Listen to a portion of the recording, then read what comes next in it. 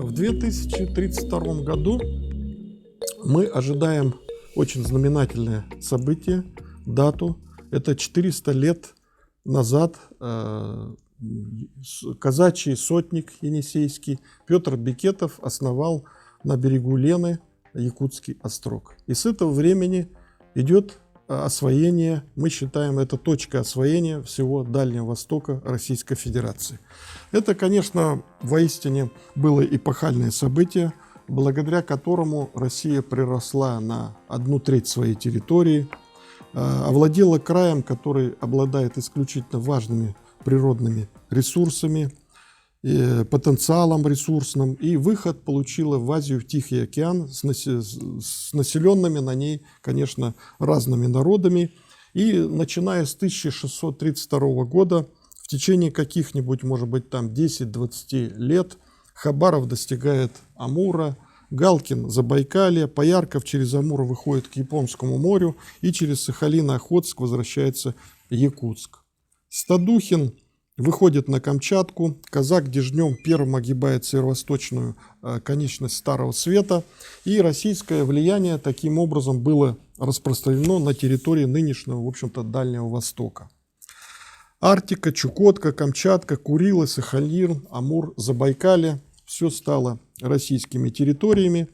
Во второй четверти XVIII века Берингов и Чиринг открывают Русскую Америку, и в середине XIX века, благодаря подвигу капитан-лейтенанта Невельского, Муравьева, амурского губернатора, блестящая работа российской дипломатии, к России были присоединены часть территории нынешнего Хабаровского и Приморского края.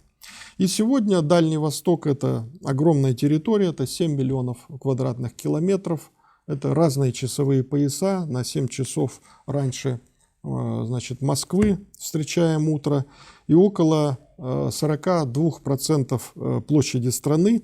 И на Дальнем Востоке сегодня проживает порядка 8 миллионов человек. Это, конечно, население где-то 5,5% от общего населения Российской Федерации. Это, конечно, сложные удаленные территории по своей географии, по своей доступности, соседство с Великим Китаем, США, Японией, Монголией и Северной Кореей.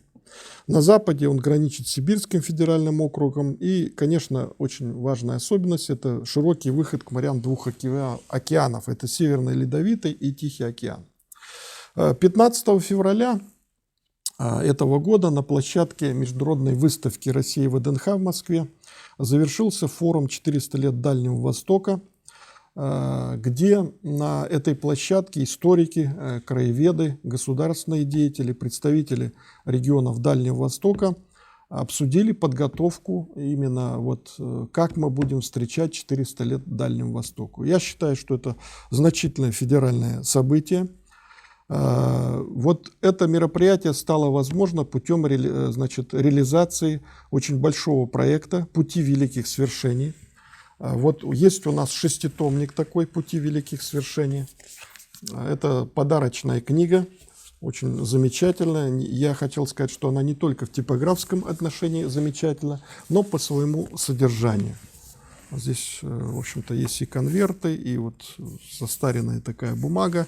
Здесь полностью говорится о том, как шло освоение Дальнего Востока. Это был очень сложный и трудный процесс, который по времени затянулся, начиная как раз с первой четверти 17 века, 18, 19 век, до конца 19 века, но можно сказать еще и начало 20 века шло практически освоение всего Дальнего Востока. Этот проект, идея, может быть, этого проекта была у Михаила Ефимовича Николаева, нашего первого президента, а реализацию на себя этого проекта взял Георгий Дмитриевич Никонов. Это постоянный представитель Дальневосточного федерального округа, он работал в должности заместителя председателя правительства, сегодня он советник главы республики. И он двигает на сегодня этот проект, благодаря ему вышла эта книга 6 томов. Я думаю, что на этом мы пока еще даже не останавливаемся. Есть ряд документальных фильмов, постоянно проходят экспедиции, и вот в апреле планируется экспедиция на Аян. Надо сказать, что вот 400 лет Дальнего Востока, есть предложение, я тоже выступал и был модератором вот этой встречи, предложил ряд серьезных моментов, таких как, например, 2032 год, это предложил, чтобы был год начала освоения Дальнего Востока, чтобы это вся страна праздновала. Дальше, 25 сентября, день города Якутска, мы предлагаем, чтобы это был день начала освоения дальневосточных территорий. Это значимое событие в рамках разворота на восток, который объявил наш президент Владимир Путин. Почти по каждому направлению. Я уже не говорю о той роли, которую играют российско-китайские отношения в деле стабильности в мире. Это фундаментальный фактор российско-китайские отношения. Вот все это вместе и дает нам основание считать, что мы двигались в абсолютно правильном направлении и в интересах как китайского, так и российского народа.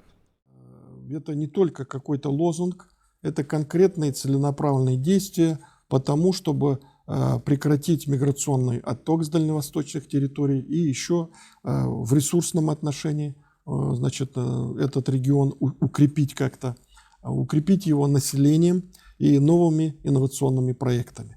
Для этого на Дальнем Востоке есть все необходимое, и в том числе научная составляющая. Мы тоже входим в Дальневосточный федеральный округ, известно. У нас, значит, около 20 научно-исследовательских институтов в республике Саха-Якутия. Есть еще дальневосточное отделение Российской академии наук, силы достаточно значительные. И мы тоже предлагаем свой вклад научный вот в это дело как бы внедрить. Что касается вот этой даты. Дело в том, что эту дату надо как бы для начала осознать. Дело в том, что вот несколько лет назад президент Российской Федерации Владимир Владимирович Путин сказал, что дальневосточные территории – это приоритет нашей страны на весь 21 век. И в этой фразе есть все. Действительно, в рамках вот той ситуации, в которой сегодня оказалась Российская Федерация, это сложная ситуация, она связана и с санкционными мероприятиями, и рядом других внешнеполитических как бы событий. За счет дальневосточных территорий и за счет дипломатии вот именно дальневосточных государств, которые являются соседними с Дальним Востоком, мы можем сделать прорыв, замену каких-то технологических моментов, я имею в виду Китай, Корея и вообще вот тех стран, которые мы называем дальневосточными драконами, которые благодаря своей умелой инновационной политике сумели совершить рывок в технологическом отношении. Этот опыт мы тоже должны изучать, использовать и очень тесно сотрудничать с этими государствами. Я бы хотел сказать, что сегодня Дальний Восток – это новые наши территории Российской Федерации, хотя имеют они свою определенную историю, да?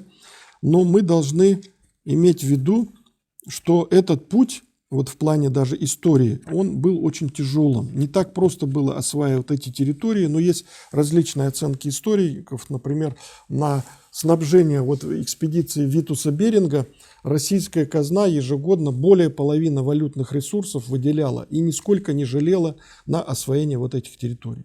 Это было и научное, в том числе, освоение, прорывы. Там, как я уже говорил, были будущие академики, иностранные академики иностранных академий на этих кораблях Витуса Беринга, которые изучали астрономию, биологию, медицину и так далее.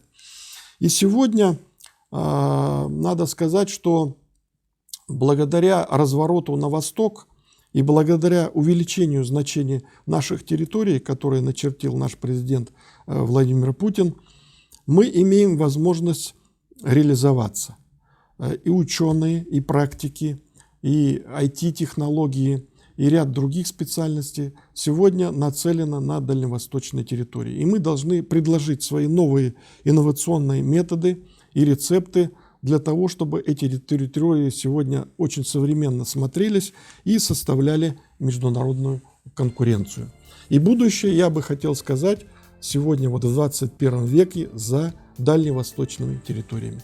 Мы этим самым открываем новый цикл наших передач, где я подробно расскажу, как шло освоение дальневосточных территорий и какие выводы, исторические уроки мы должны из этого извлечь.